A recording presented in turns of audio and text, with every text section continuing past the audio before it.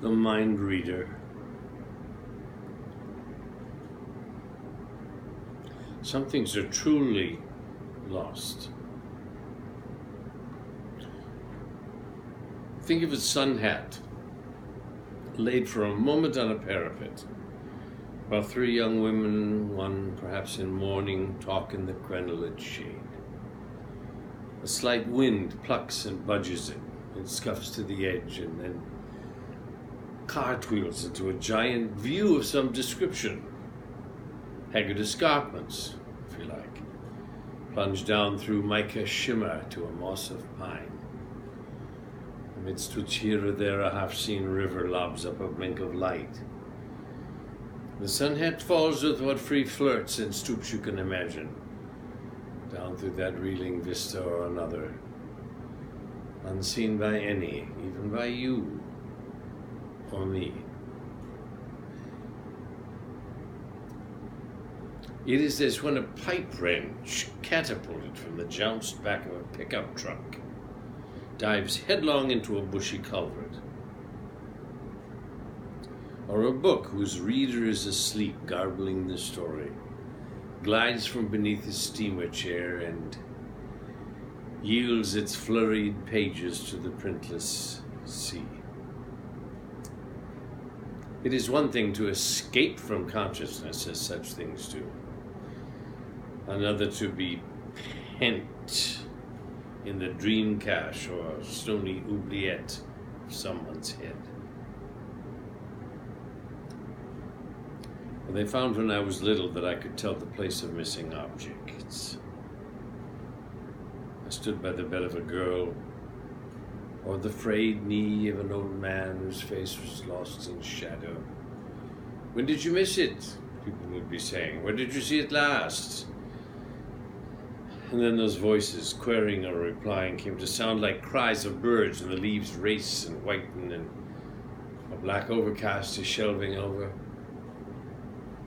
Not that the mind is a landscape, but if it were, there would in such case be a tilted moon, wheeling beyond that wood through which you groped, its fine spokes breaking in the tangled thickets.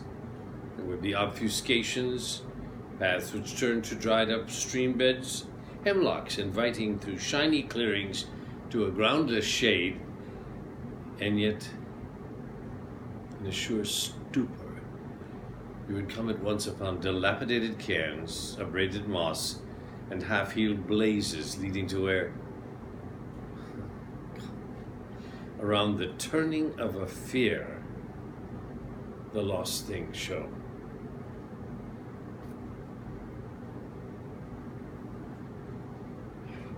Imagine a railway platform, the long cars coming to a cloudy halt beside it, and the view offering those, neither those within nor those without. No. Forgive my predilection, is a young woman standing amidst her luggage, expecting to be met by you, a stranger. See how she turns her head, the eyes engaging and disengaging, pausing and shying away. It's like that with things put out of mind, as the queer saying goes. A lost key hangs trammeled by threads, and what you come to see is the webbed darkness of a sewing basket flashing a little.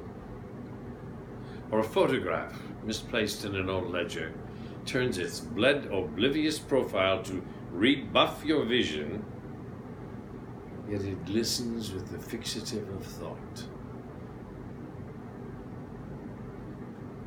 What can be wiped from memory? Not the least meanness, obscenity, humiliation, terror which made you clench your eyes, or that pulse of happiness which quickened your despair. Nothing can be forgotten, as I'm not permitted to forget.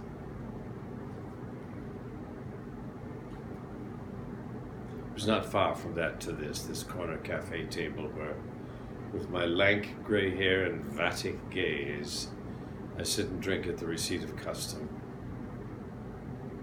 come here day and night, so many people. Sad women of the quarter dressed in black, as to a black confession. Blinking clerks who half suppose the Taurus ruminates upon their destinies. Men of affairs down from Milan to clear it with the Magus before they buy or sell some stock or other.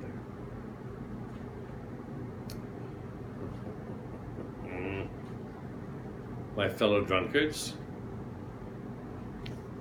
fashionable folk, mocking and ravenously credulous, skeptics bent on proving me a fraud, for fear that some small wonder, unexplained, should leave a fissure in the world, and all St. Michael's hosts come flapping back.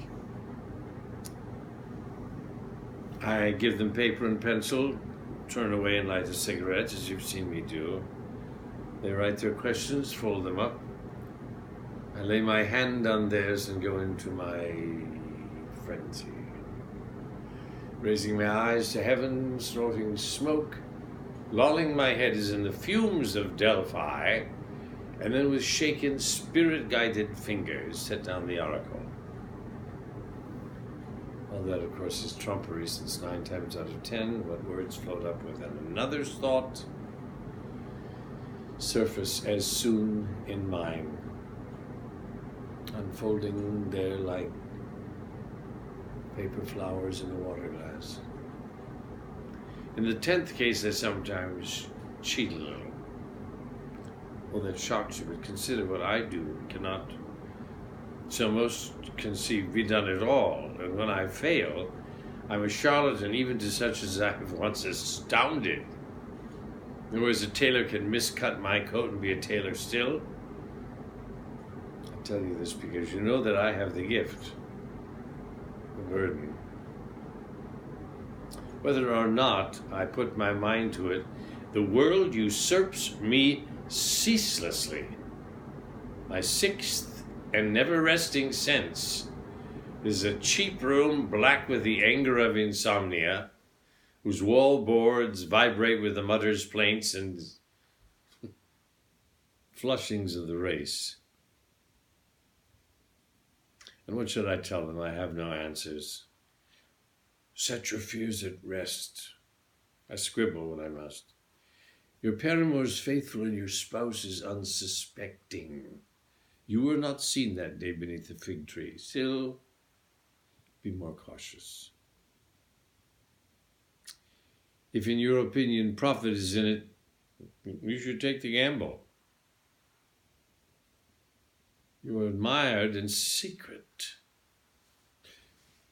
I foresee a message from a far person who's rich and dying. As for these fits of weeping, they will pass.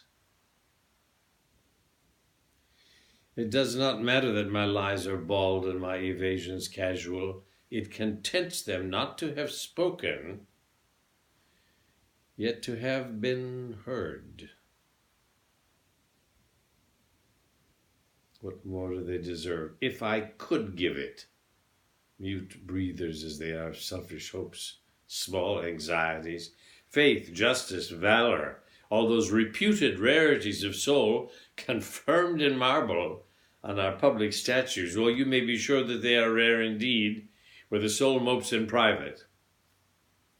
And I listen. Oh.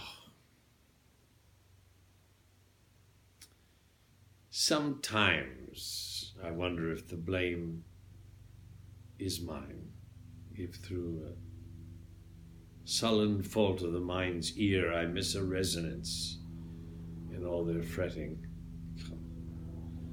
Is there some huge attention, do you think, which suffers us and is inviolate, to which all hearts are open, which remarks the sparrow's weighty fall and overhears in the worst rancor a deflected sweetness? Oh, I should be glad to know it. Meanwhile, saved by the shrewd habit of concupiscence, which like a visor narrows my regard, and drinking studiously until my thought is a blind that is lowered almost to the sill.